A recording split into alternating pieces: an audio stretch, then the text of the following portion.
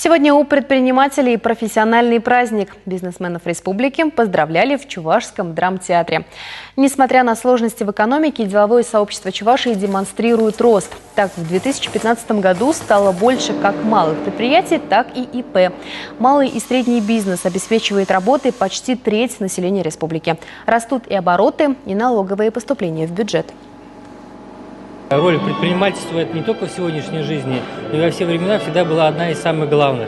Это движущая сила экономики.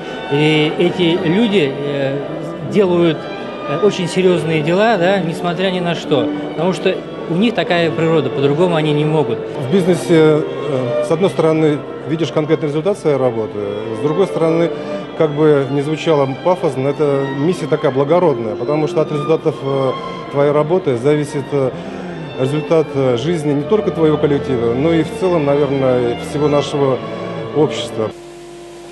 Меняется сознание, престиж предпринимателей растет. Уходит в прошлое советское клеймо «спекулянт», когда бизнес осуждался. Сегодня и власти, и население понимают, что деловое сообщество – движущая сила экономики, и правительство намерено поддерживать активные компании.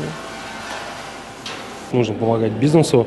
Для этого в нашей республике организовано ряд институтов инфраструктуры поддержки предпринимательства, в орбиту которого входит в первую очередь и гарантийный фонд, агентство поддержки малого бизнеса, бизнес-кубатор и многие другие организации и инфраструктуры, которые в любой момент, сложный для предпринимателя, готов протянуть руку непосредственно помощи. Сейчас, конечно, работать интереснее, то есть мы относимся к группе предприятий среднего бизнеса. Поэтому, в общем, чувствуем, что сейчас лучше, чем даже буквально 3-4 года назад.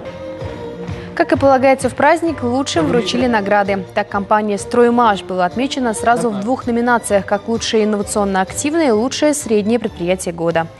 Василий Семенов, глава хозяйства «Энеж», стал одним из лучших сельхозпроизводителей. В номинации «Лучший предприниматель» сразу 2 победителя – Олег Клюкин и Инесса Алексеева.